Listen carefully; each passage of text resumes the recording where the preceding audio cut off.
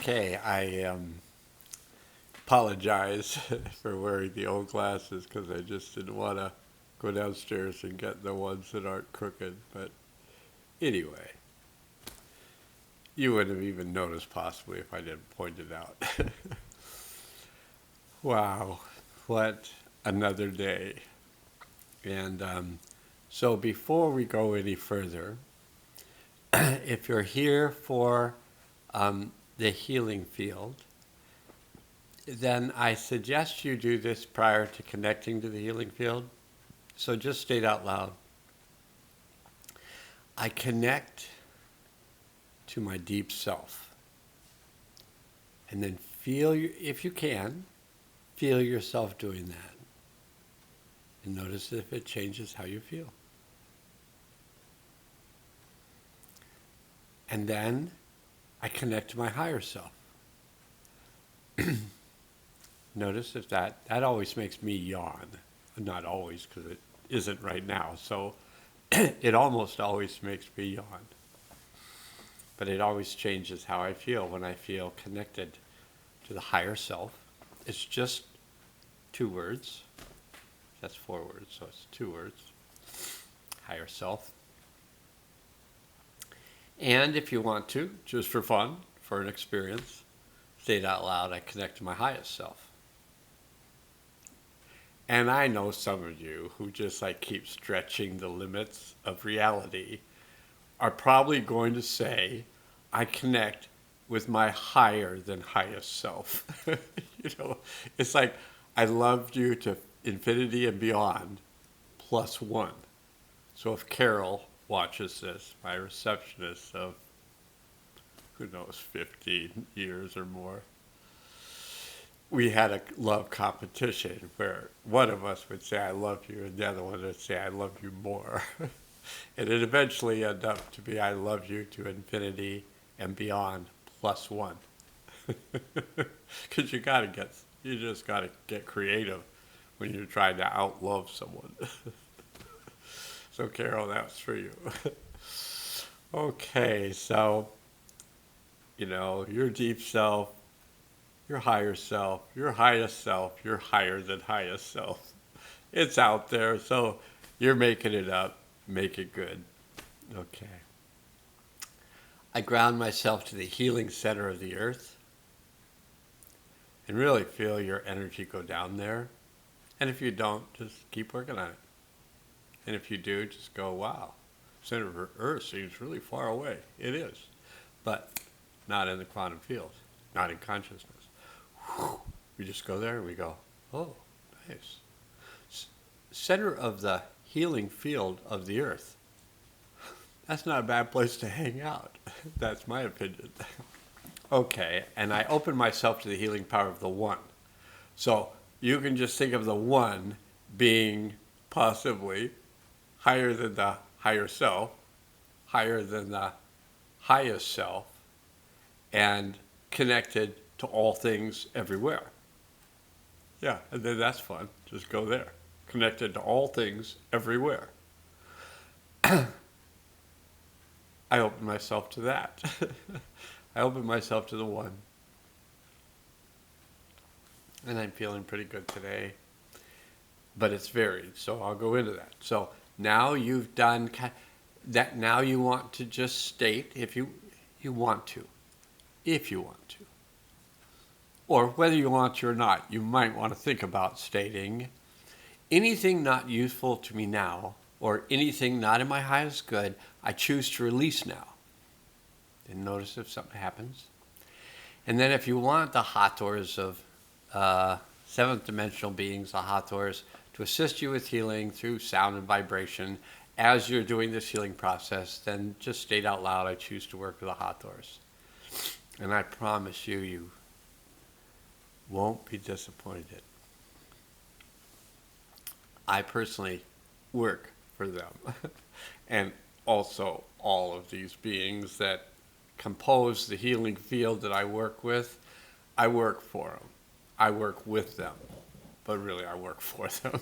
I just do what they tell me to do. And sometimes people give me credit and I go, well, you're the one that healed yourself. I'm just hanging out with you while you do it. And that's how it works.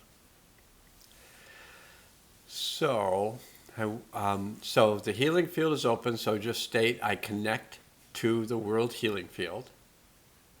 And then just notice what happens. And if that's all you wanted to do, and not just watch kitties walk by, like they're passing through my ears or something. I thought I saw one go by, but maybe it was a reflection.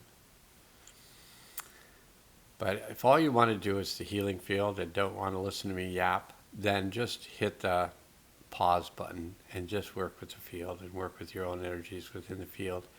You can also do that and listen to me talk, and sometimes the things I'm saying might assist you to release and integrate energy easier, faster, whatever. That's fine too. I'm just going to be talking about the open heart. So if you want to heal while talking about and experiencing the open heart, then just stay on. Otherwise, hit the pause button, do your healing, come back later. I'll leave the time that you want to go to at the very end of however long I'm talking to do the closing part of the healing field. All right.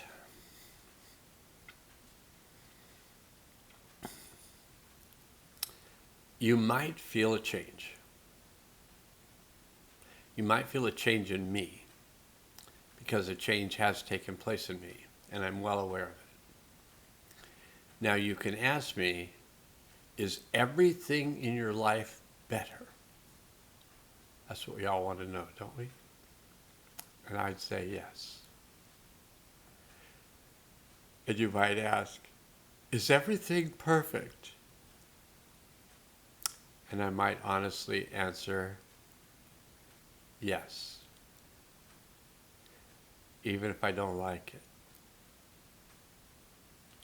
Because how can it be other than perfect if it's happening?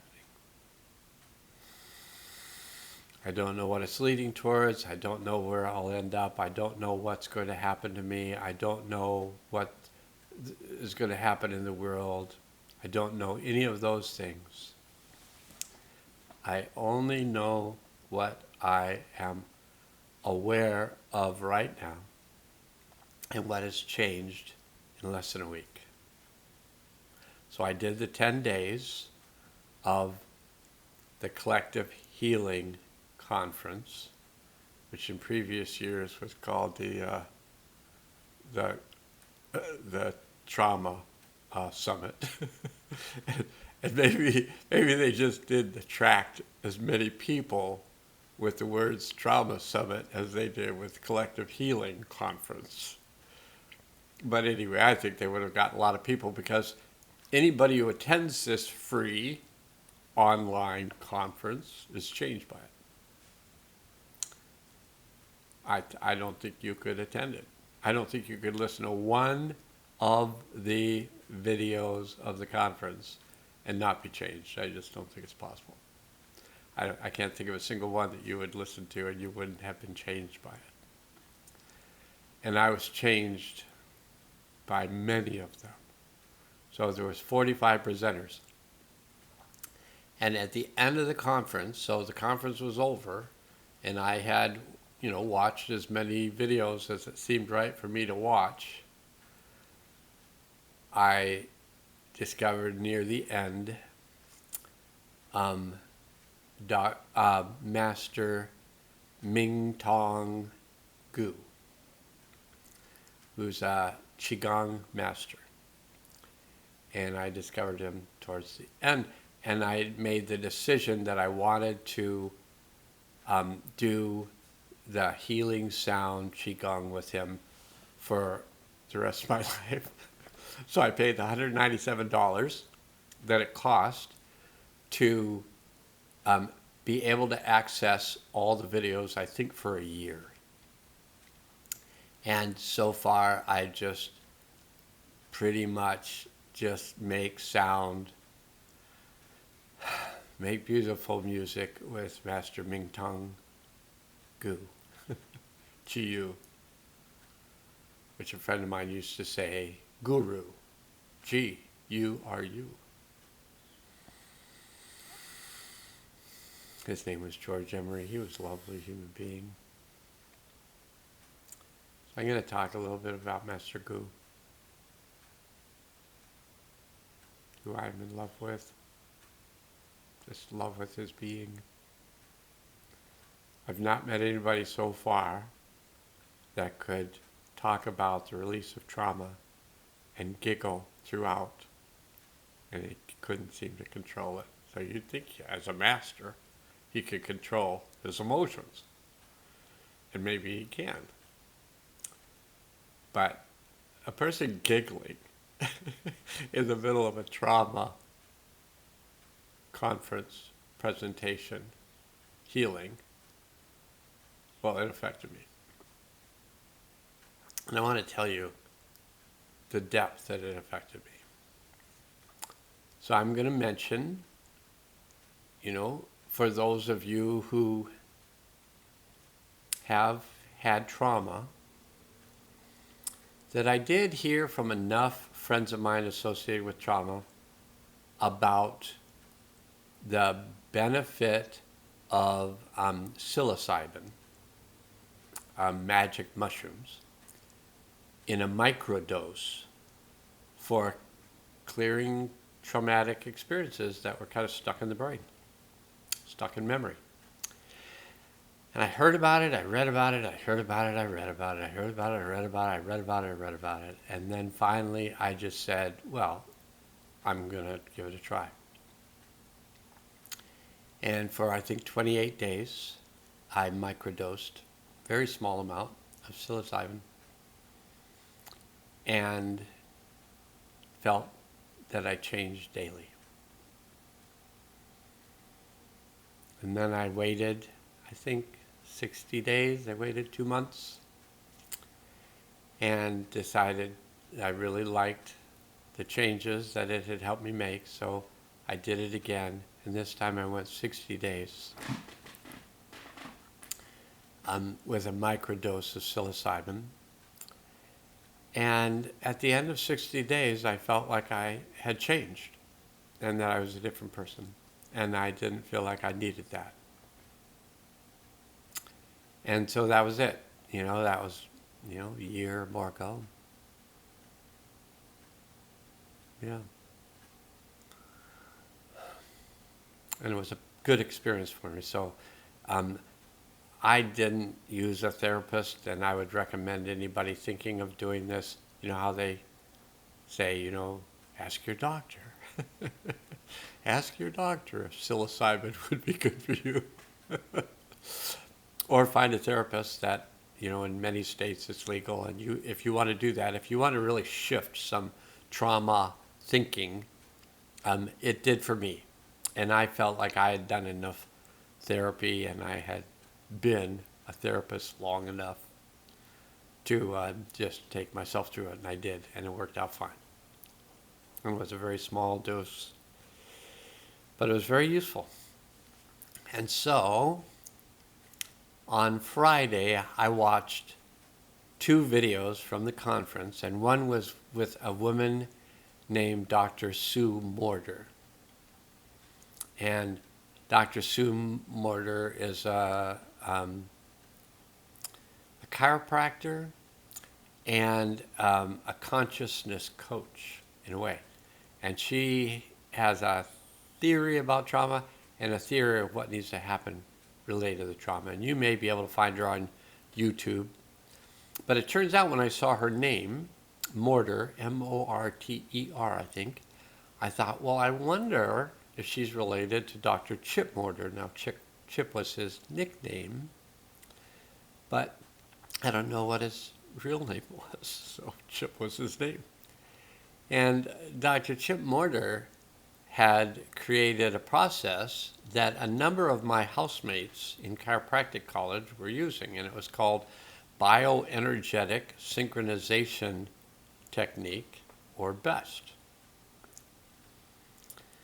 And so I had an opportunity. I was studying sacro-occipital technique. That was my main focus, and I was learning to be a teacher of sacro-occipital technique. When I came across in one of my license renewal seminars that chip mortar it was available for me to study this BEST. So I did. And I had a really positive experience. Felt like it really opened some things up energetic for me. So I felt good about it. And when I saw Dr. Sue Mortar, I wondered. And sure enough, she's his daughter. And now she's a chiropractor kind of dedicated to helping people come out of trauma, which was kind of the kind of chiropractor I was, just helping people come out of traumatic experiences by releasing the energy of it. So I went through her video, and I felt changed.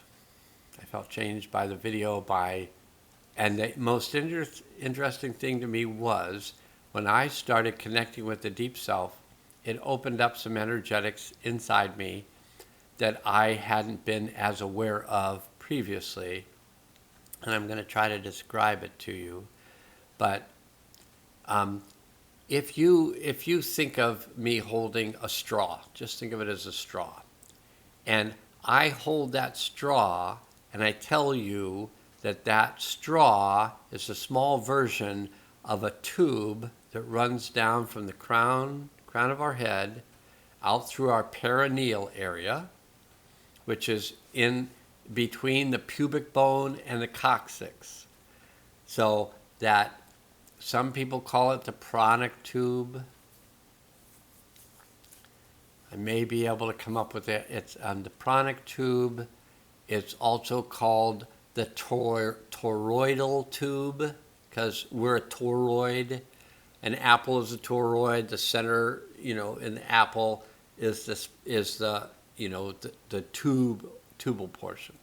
Or a donut. A donut, there's a good example. A donut is a toroid. The inside and the outside are one. So you go inside the donut, it's still the outside. So that's a toroid.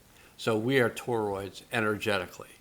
So anyway, long story short, Sue Mortar held up an image which was the exact image of the energetics that I had been watching ever since last December when I connected to the deep self, and the whole pranic tube, the whole toroidal tube, there's other names for it as well, but that whole central vessel, energetic central vessel, had opened up for me, and this energy started coming out the top and coming back up through my feet, and out the top again.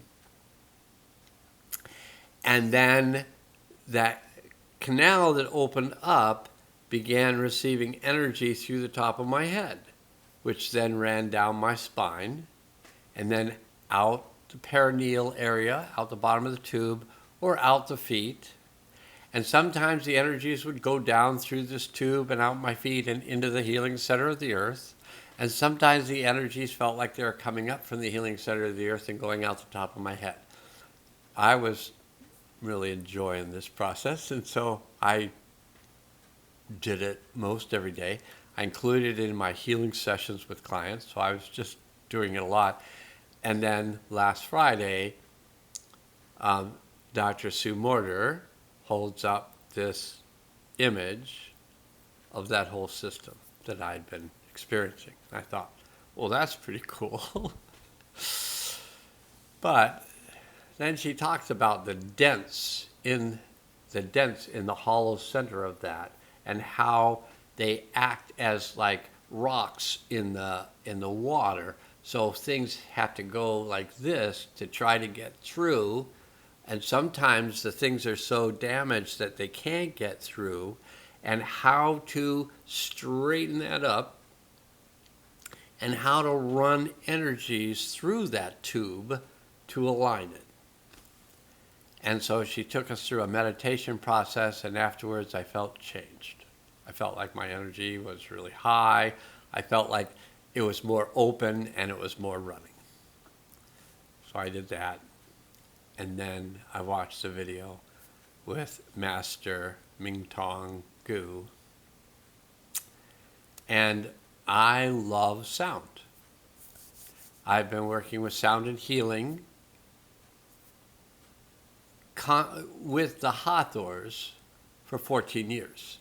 But I worked with Sound and Healing prior to that as well, because I've always been most interested in vibrational healing.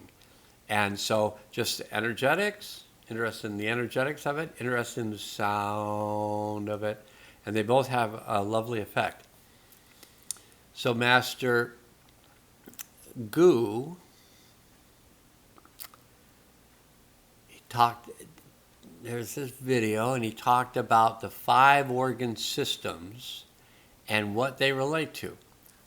And so he ended us taking through the process of sound healing with the heart and the kidneys.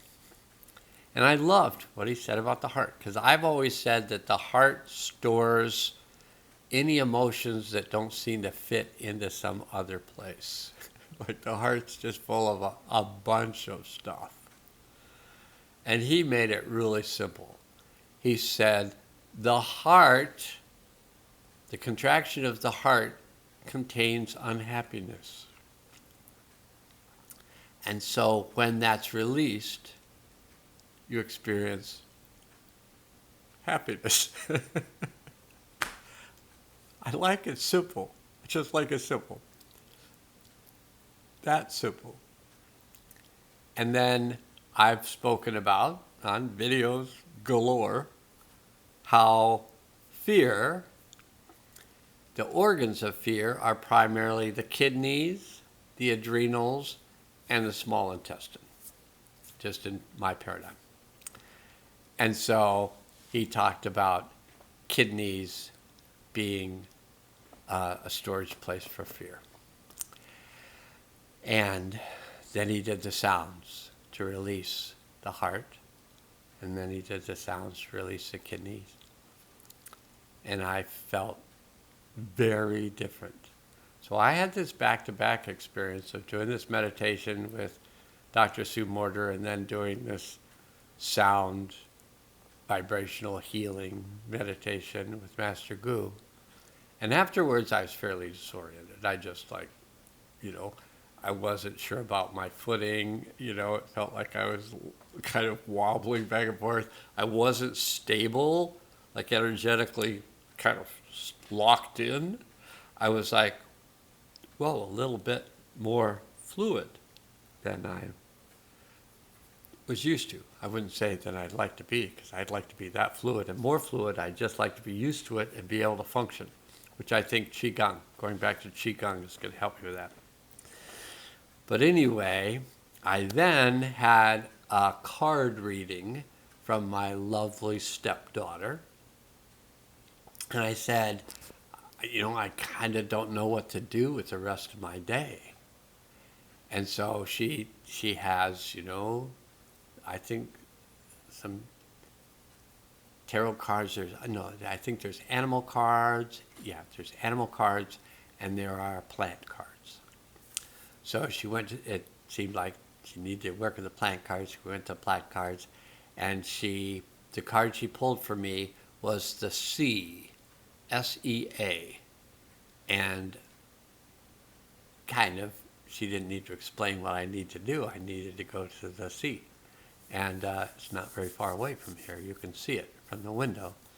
But it's maybe 6 or 8 blocks as the crow walks. I went down to the ocean, the inlet from the ocean. It's all the same water.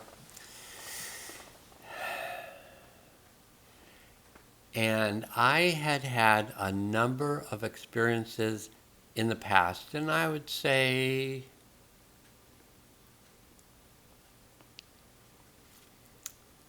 upwards of 10, around that level, upwards of 10 experiences of a larger dose of psilocybin. So it was very different than the microdoses. It actually altered colors, it altered the intensity of colors, it altered my thinking, and it allowed me to think about my thinking, and it allowed me to notice when my thinking seemed like really off, it also allowed me to notice when other people's thinking seemed really off or really altered. And so I had a number of experiences of this feeling of being aware of myself, being aware of myself, being aware. And so when I went down to the sea and I looked at the rocks along the shore, they had the same look that they had had back in some previous day where I had taken kind of a little more of an expanded consciousness dose of psilocybin. I don't know if you're allowed to say this on YouTube, but I think so because I've seen other people talk about this. But I don't think I've ever talked about this. But this is different because on this day, which was last Friday, whatever day that was,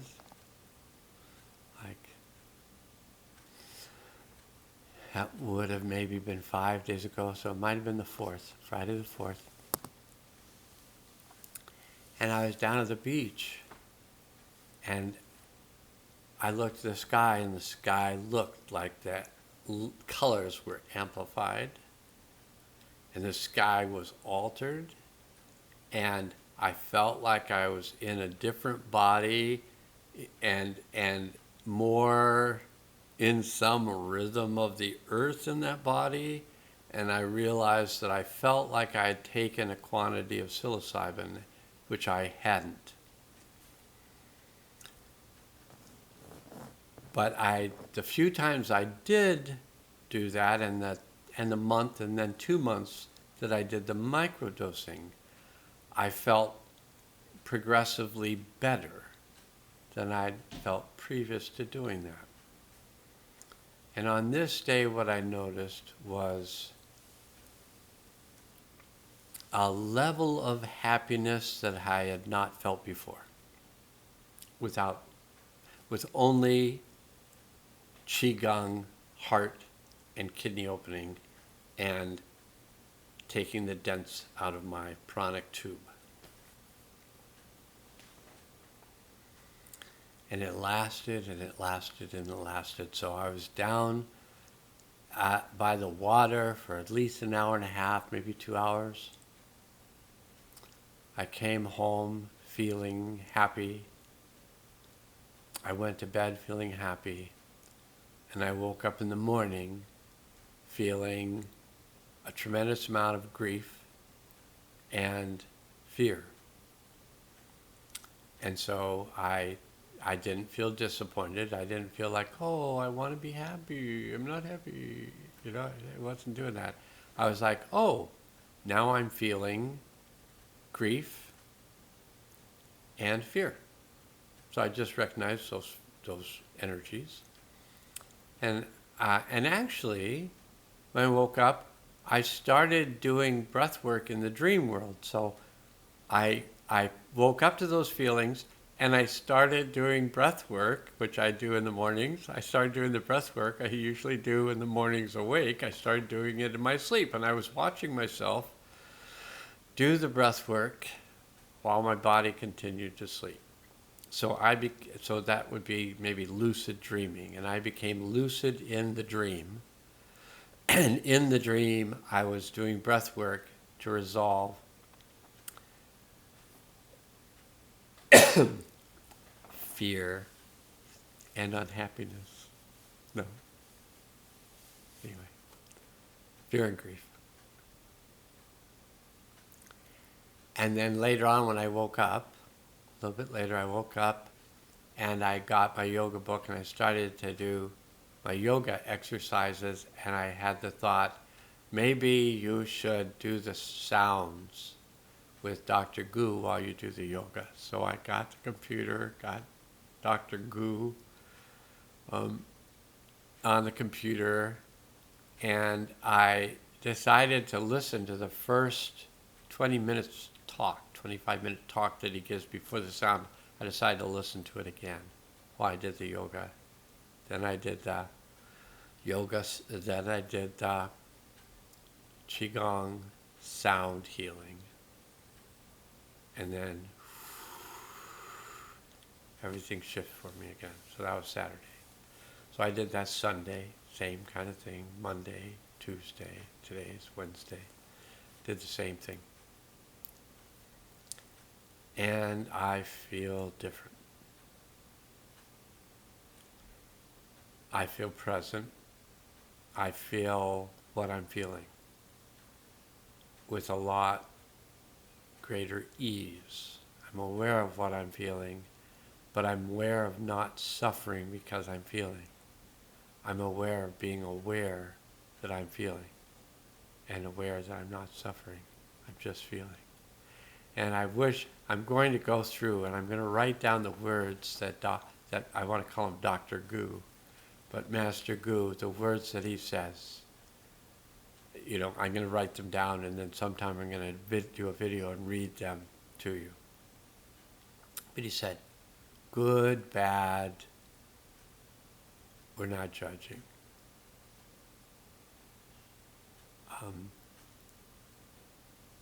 We're feeling.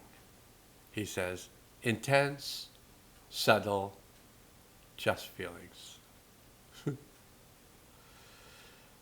Just feel and release. Feel and release. Make the sounds to the best of your ability.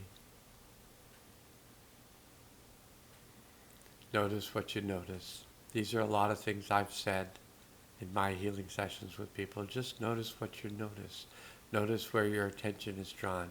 And when you notice where your attention is drawn, notice things change. Okay, I'm going to look at the time here, and it's 31:51. So I've gone a lot longer than I was planning, but I'm going to go ahead and finish this with some sound healing. This is not Master Gu sound healing. This is Dr. Steve sound healing. But I'm just going to do just a little bit of the sounds in the area of the heart and then in the area of the kidneys. The kidneys are related to fear. The heart is related to happiness, unhappiness. You can make the sounds with me if you feel like, or you can just see if you notice a change. So I'm just going to make it just a few sounds.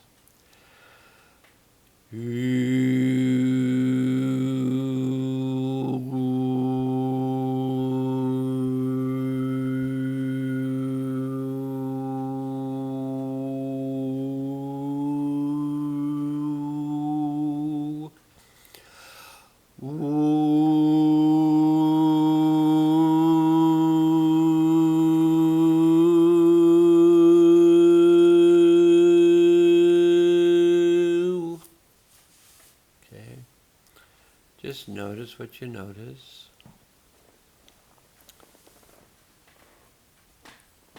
And then I'm putting my hands, you don't need to do this, you can if you wish to. I'm putting my hands over my kidneys, my fingers are down around my lower back, and I'm just going to make some sounds from the kidneys, just the sounds of releasing stuckness.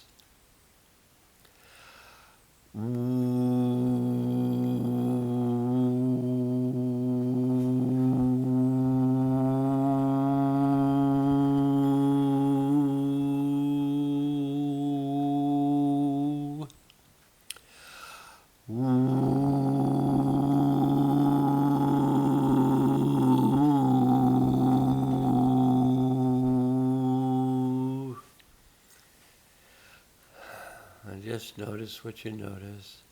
That's enough for now. Now must go. See you soon.